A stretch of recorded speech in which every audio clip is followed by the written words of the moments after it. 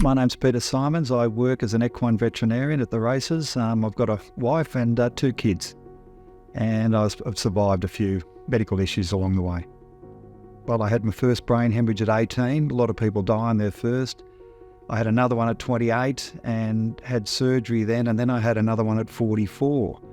In between, unfortunately, and I don't know why, I've had a bit of heart trouble and now I have some arrhythmias. But brain hemorrhages and heart issues are the 2 big things I've had to deal with. I'm also a published author.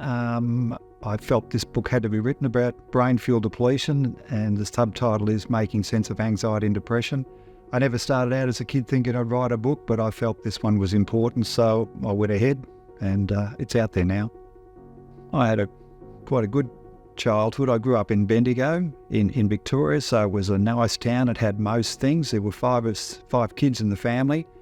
I suppose one thing was I was quite a shy, unconfident boy, but then I started to swim. A friend of my father's took me swimming regularly, and I was no good. Then I was no good, but then I grew a bit and I was okay. Eventually I convinced myself I'm not a bad swimmer, and my whole life improved. I started to believe a bit in myself. So primary school was no fun because I lacked confidence. High school was quite good because I believed in myself. I wasn't brilliant, but I was better than I thought, and I was okay. So it was good. Had a good family.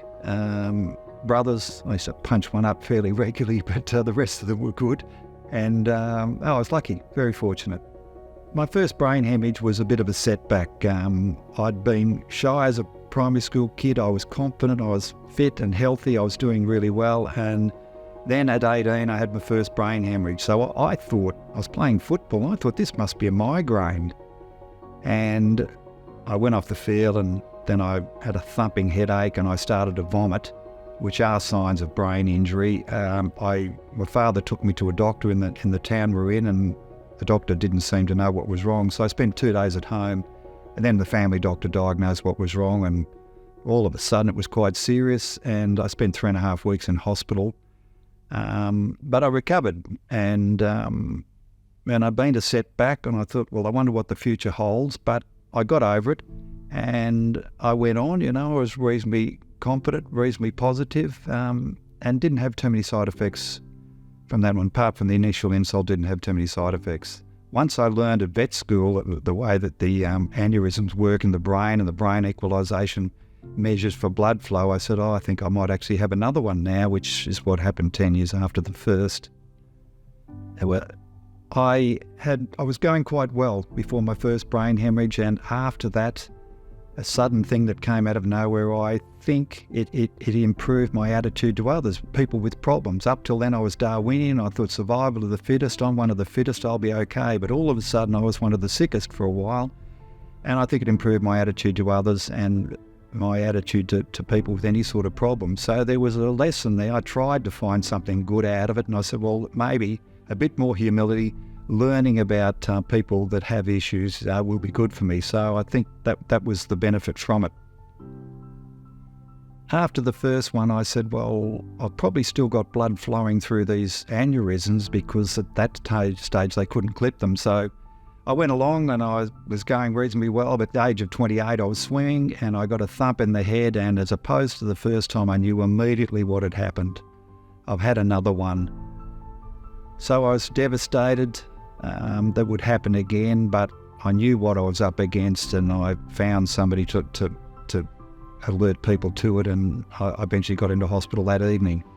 I knew what I was up against. I was very disappointed, but I found then that they could now do brain surgery. Brain surgery had come in for this particular issue. So I was scared about having surgery, going under for 4 hours, but I was also hopeful that it could solve the problem for good.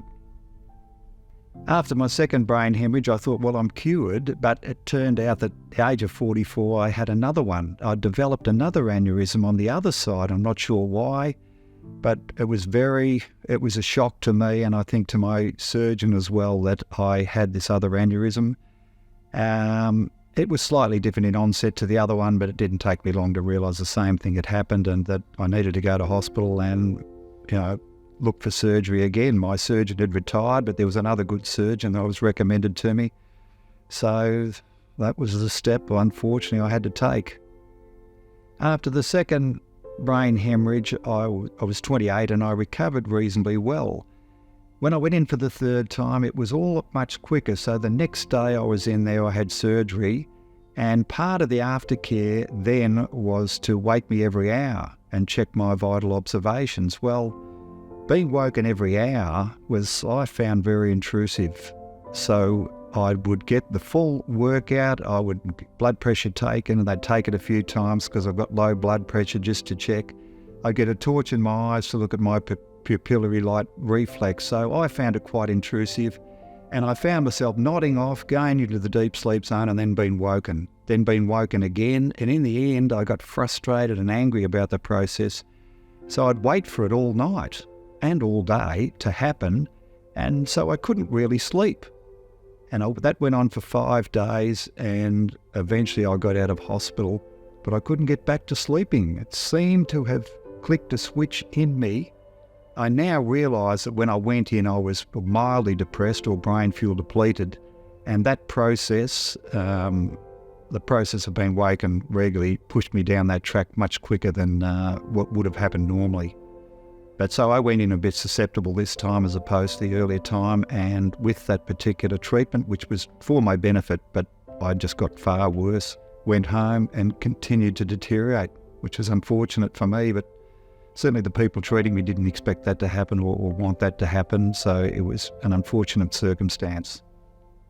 In my life, I've had a lot of medical challenges, and people say to me, "You've had bad luck," and I say, look, dying is bad luck. Living is good luck. I've lived and I've sort of kept up with medical science, or it's kept up with me. So they had brain surgery when I needed it.